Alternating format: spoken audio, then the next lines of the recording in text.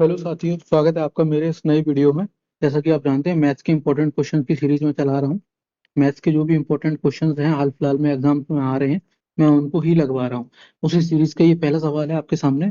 एक समांतर चतुर्भुज आधार वाले एक प्रिज्म का आधार क्षेत्रफल 80 है और ऊंचाई 12 है, और पार्श्व पृष्ठीय क्षेत्रफल 384 सेंटीमीटर वर्ग है, तो आधार का परिमाप बताइए। तो आपको पता होगा, जो प्रिज्म होता है, प्रिज्म का पार्श्व पृष्ठीय क्षेत्रफल का फॉर्मूला क्या होता है? आधार का परिमाप इंटू ऊंचाई। सॉरी, तो फॉर्मूला होता है आधार का परिमाप इंटू ऊंचाई। आपको पता है पार्श्व पृष्ठीय क्षेत्रफल दिया हुआ है कितना, 384। आधार का परिमाप पूछा है, इसको के मान लेते हैं, इंटू ऊंचाई कितनी है, 12 सेंटीमीटर। तो यहाँ से के का मान, आधार के परिमाप का मान कितना आएगा, 12 से इसको काट लो, 12 तो अच्छी 12, 12 दूनी 24, 32 सेंटीमीटर। यहाँ पे जैसा भी आपको पता है, क्षेत्रफल से कोई मतलब ही नहीं था देने से। अगला सवाल आपके सामने, क्वेश्चन नंबर 2। एक त्रिज्यखंड का कोण दिया है पाई/4। तो ये कितना हो गया, पाई/4 का मतलब है 180/4 का मतलब है 45 डिग्री। त्रिज्या दी हुई है 8 सेंटीमीटर, त्रिज्यखंड का क्षेत्रफल। तो आपको पता है त्रिज्यखंड का क्षेत्रफल क्या होता है, पाई r² थीटा/360। इसको आप हल कर लीजिए। पाई इंटू r² कितना हो जाएगा, 8×8 = 64, इंटू थीटा कितना है, 45 डिग्री/360। इसको जब हल करेंगे, 9 से काटेंगे, 9×5 = 45, 9×4 = 36, 5 से काटेंगे 8, 8 से 64, 8 बार, तो आ गया 8 पाई सेंटीमीटर स्क्वायर। आंसर कौन सा होगा, डी। अगला सवाल है क्वेश्चन नंबर 3 आपके सामने। पांच अलग अलग संख्याओं का औसत 24 है। पांच संख्याएं होंगी, एवरेज कितना है, 24। ये औसत दिया हुआ है। तो आप बोलिए योग कितना हो जाएगा, तो 24×5 = 120। टोटल संख्याओं का योग कितना हो जाएगा, 120 हो जाएगा। संख्याएं कितनी है, पांच। सबसे छोटी संख्या बोल रहा है 15 है, तो शेष चार संख्याओं का औसत पूछा है। एक संख्या है जो कि कितनी है, 15, इसको माइनस कर दो। तो अब कितनी संख्याएं बची, चार। चार संख्याएं बची हैं, इनका योग कितना आएगा, 105। औसत पूछा है कितना है, तो चार का औसत निकालने के लिए क्या करेंगे, योग में संख्याओं का भाग लगा दो। चार से अब काटेंगे, 4 दूनी 8, 2 4 7 28, कितना हुआ, 4 दूनी 8, सॉरी गलत कर दिया। हम्म, चार से भाग लगाएंगे तो 4 दूनी 8, 2 बचा, 25 हो गया, 4 6 24, एक दशमलव लगाए 10 हो गया, 4 दूनी 8, 2 4 5 20, 26.25 ऑप्शन हो गया बी। अगला सवाल है आपके सामने, क्वेश्चन नंबर 4। दो वृत्तों की त्रिज्याएं 8 और 3 सेंटीमीटर, उनके केंद्र की दूरी 15 सेंटीमीटर, एक अनुप्रस्थ उभयनिष्ठ स्पर्श रेखा की लंबाई। तो आपको बता दूं, इसका फॉर्मूला होता है, क्या होता है, केंद्रों के बीच की दूरी माइनस त्रिज्याओं के अंतर का वर्ग, ये होती है इसकी दूरी। अनुप्रस्थ उभयनिष्ठ स्पर्श रेखा की लंबाई होती है केंद्रों के बीच की दूरी का वर्ग माइनस त्रिज्याओं के अंतर का वर्ग का स्क्वायर रूट, बराबर क्या आ जाएगा, तो डी स्क्वायर कितना हो जाएगा, 15 का स्क्वायर, माइनस आर यानी 8 माइनस 3 का वर्ग, बराबर आ जाएगा आपके सामने 15 का वर्ग माइनस 5 का वर्ग। तो आपको दिख रहा होगा यहाँ से, रूट में एक बार इनको जोड़ लो, 15 प्लस 5, एक बार इनको घटा दो, 15 माइनस 5, कितना आ जाएगा, रूट में 20 × 10, तो हो गया 200। 200 का मतलब हो गया 100√2 का मतलब हो गया 10√2। तो कौन सा आंसर हो गया, सी। अगला सवाल है 5, क्वेश्चन नंबर 5 है आपके सामने। एक राशि चक्रवृद्धि से 5 साल में दोगुनी हो रही है, 5 बरस में कितनी हो रही है, दोगुनी हो रही है।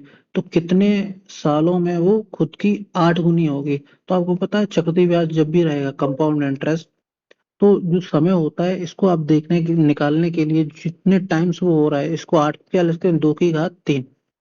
आधार वही बनाना होता है, 3 हो गया तो 5 में समय में घात को गुणा कर देते हैं, 5×3 = 15।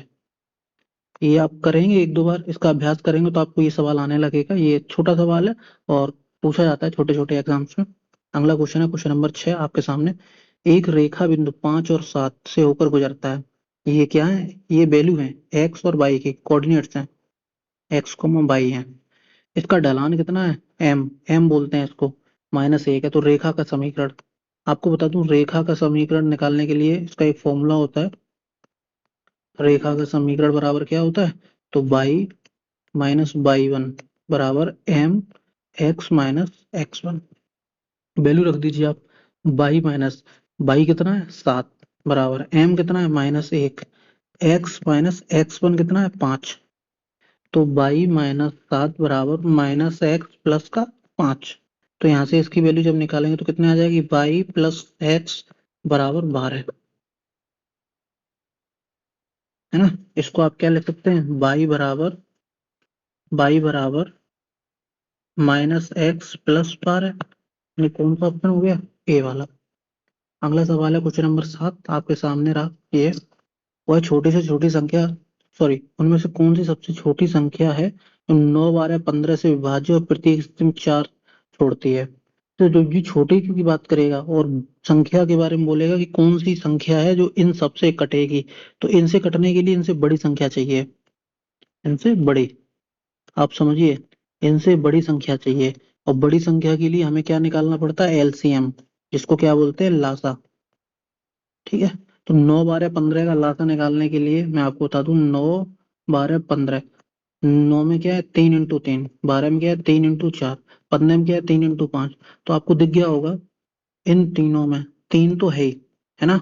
और क्या चाहिए, 4 चाहिए, और क्या चाहिए 5 चाहिए, और 3 और चाहिए, ये इसका 3, 3 तो कॉमन था, कॉमन वाला हम एक बार लेंगे, और जो कॉमन नहीं है वो हमें पूरा लेना है। तो 3 कॉमन था, वो तो हमने सबसे ले लिया, और 4 5 3 हमने ले लिया, तो कितना है 3 4 12 5 60 6 3 18 180। ये एक वो संख्या हो गई है जो कि, ये वो संख्या है जो कि अ, इन सबसे कटेगी, लेकिन वो कह रहा है 4 चीज बचना चाहिए, तो इसमें +4 करेंगे तो कितना हो जाएगा 184 सेंटीमीटर। संख्या कौन सी हो गई, 184 हो गई। ठीक है, अगला सवाल है आपके सामने क्वेश्चन नंबर 8। 12 प्लस रूट में 12 प्लस का मान ज्ञात करें, तो इसके फैक्टर कर लो, बहुत आसान होता है ये, 3 × 4। अगर बीच में प्लस लगा हुआ है तो आंसर क्या हो गया, बड़ी वाली संख्या। अगर बीच में माइनस होता, रूट में 12 माइनस रूट में 12 माइनस, तो आंसर क्या होता 3, तो इसका आंसर क्या हो गया 4। क्वेश्चन नंबर है 9। एक विक्रेता 120 रुपए में 10 की दर से सेब खरीदता है। खरीदने का मतलब हो गया क्रय। क्रय कैसे किया, 120 रुपए में 10 सेब खरीदे हैं, तो एक सेब कितने का आया, 12 रुपए का। ऐसे ही जब उसने बेचा तो विक्रय कैसे किया उसने, 100 रुपए में 8 की दर से सेब बेचे हैं, तो कितने का एक सेब पड़ा, 12.5 रुपए का। वो बोला लाभ या हानि, तो मुझे पता है 12 में खरीदा है, 12.5 में बेचा, तो लाभ परसेंट निकालना है। तो आधे रुपए का फायदा हो रहा है 12 रुपए पे इंटू 100। इसको जब आप हल करेंगे तो आपको पता है क्या आएगा, आप खुद ही बताइए क्या आएगा। ये तो हो गया 50/12% का लाभ। तो 12 चौगु 48, 2 बचेगा, 12 एकन 12, यानी लाभ आएगा। तो 4 पॉइंट, एक ही ऑप्शन है ना। अगला क्वेश्चन है क्वेश्चन नंबर 10 आपके सामने। 32 की घात 4 माइनस 1 और नीचे ये सब दिया है, तो इसको हल करना है। तो आपको पता है 32 की घात 4 माइनस 1 और 33 इंटू 31 इंटू 2 की घात 10 प्लस 1। क्या आपको पता है ए स्क्वायर माइनस बी स्क्वायर क्या होता है, तो आप बोलेंगे भैया ए प्लस बी होता है और ए माइनस बी होता है ना। क्या हम इसकी घात भी ए की घात 4 कर सकते हैं, जब ए की घात भी हमने 4 कर ली तो ऊपर हम क्या लिख सकते हैं, 32 का वर्ग माइनस 1 और 32 का वर्ग प्लस 1 बटे, नीचे आ गया 33 इंटू 31 इंटू 2 की घात 10 प्लस 1। जब हम इसको हल करेंगे 32 की घात 2 माइनस 1 को, तो क्या इसको एक बार ये लिख सकते हैं 32 plus 1 into 32 minus 1 minus 1 into, यहाँ क्या है 32 की घात 2 प्लस 1 बटे 33 इंटू 31 इंटू 2 की घात 10 प्लस 1। 32 और 1 33, 32 माइनस 1 31, ये तो कट गया। अब यहाँ पे क्या बचा, 32 की घात 2 प्लस 1 और नीचे क्या है 2 की घात 10 प्लस 1। अब आप खुद बताइए, 32 की घात 2 ये क्या हो गया, 2 की घात 5 नहीं हो गया,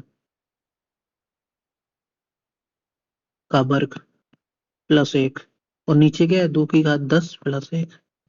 2 की घात 5 होता है 32, 32 की घात स्क्वायर। अब 5 दूनी कितना हो जाएगा 10 हो जाएगा, और नीचे घात क्या है, तो ये कितना कट के कितना हो गया, एक, जो ऊपर लिखा है वही नीचे लिखा है। नेक्स्ट सवाल है क्वेश्चन नंबर 11 आपके सामने। 5 और 5% की दो क्रमिक छूट, वो बोल रहा है न्यूनतम छूट किसमें मिलेगी। तो 10% की एकल छूट का मतलब सीधा हो गया 10%। ठीक है, 5% और 5% की दो क्रमिक छूट को एकल छूट निकालने के लिए, एकल छूट क्या होती है? एकल छूट होती है x plus y minus x into y बटे 100। ये फॉर्मूला होता है एकल छूट का। ठीक है, आप याद कर लीजिए। यहाँ तो एक ही छूट है तो 10% का मतलब सीधी 10% छूट मिलेगी। 5% और 5% की दो छूटों का मतलब हो गया 5 प्लस 5 माइनस 5 इंटू 5 बटे 100। तो यहाँ पे कितनी आ जाएगी? 10 माइनस 25 बटे 100। ठीक है, इतनी छूट मिलेगी यहाँ पे। यहाँ पे 10% की मिल रही है। इसका क्या आएगा? तो इसका जब निकालेंगे तो आएगा 8 प्लस 2 माइनस 8 इंटू 2 बटे 100 बराबर कितना आ जाएगा? 10 माइनस 16 बटे 100। ये तीन वैल्यू हमारे सामने आ जाएंगी। तो वो कह रहा है सबसे कम छूट किसमें मिलेगी? यहाँ 10% मिल रही है और यहाँ पे मिल रही है 10 माइनस 16 बटे 100। यहाँ मिल रही है 10 माइनस 25 बटे 100। तो 16 बटे 100 जो है वो 25 बटे 100 से छोटा है, यानी ये ज्यादा बड़ी वैल्यू आएगी। ये 25/100 जब इसमें से माइनस होगा तो ये ज्यादा कम हो रहा है 10 में से। सबसे न्यूनतम छूट कौन सी है? सबसे कम जो हमें मिल रहा है वो कौन सा हो गया? ए। अगला सवाल है क्वेश्चन नंबर 12 आपके सामने। ये भी अच्छा सवाल है ना। दो त्रिभुज दिए हुए हैं आपको, ए बी सी और P Q R. A B C और पी क्यू आर, कुछ वैल्यूज दी हुई हैं, आपको समझना है। ए बी बराबर कितना है? 7। और बी सी बराबर कितना है? 8। ए सी बराबर कितना है? 9। ऐसे पी क्यू कितना है? 7। क्यू आर कितना है? 8। और पी आर कितना है? 9। तो आपको दिख रहा होगा ये भुजा 7 है तो ये भी 7 है, ये 8 है तो ये भी 8 है, ये 9 है तो ये भी कितनी है? 9 है। तो यहां से मुझे एक चीज समझ में आ गई, त्रिभुज ए बी सी और त्रिभुज पी क्यू आर की तीनों भुजाएं कैसी हैं? साइड साइड साइड इक्वल है ना। तीनों भुजाएं बराबर हैं। तो ये त्रिभुज कैसे कैसे हो गए? त्रिभुज हो गए हमारे समरूप एंड सर्वांगसम। समरूप और सर्वांगसम। ठीक है, तो कौन सा कथन सही होगा? ए बी सी और पी क्यू आर। इस वीडियो में इतना ही। ये क्वेश्चंस थे, बहुत ही इंपॉर्टेंट क्वेश्चंस थे जो मैं आपके लिए लेके आया हूँ। आप अंत तक बने रहे, इसके लिए बहुत बहुत धन्यवाद आपका, है ना। दिल से थैंक यू। और आप इस वीडियो को प्लीज लाइक करिए, शेयर करिए और इस चैनल को सब्सक्राइब करिए, ताकि इस पे आने वाली वीडियो आपको सबसे पहले मिलते रहें और मुझे मोटिवेशन मिले वीडियोस बनाने का, ताकि मैं आने वाले समय में बहुत सारी वीडियोस लेके आऊँ। और बहुत बहुत धन्यवाद। ध्यान रखिए अपना, स्वस्थ रहिए, पढ़ते रहिए। आज के लिए इतना ही।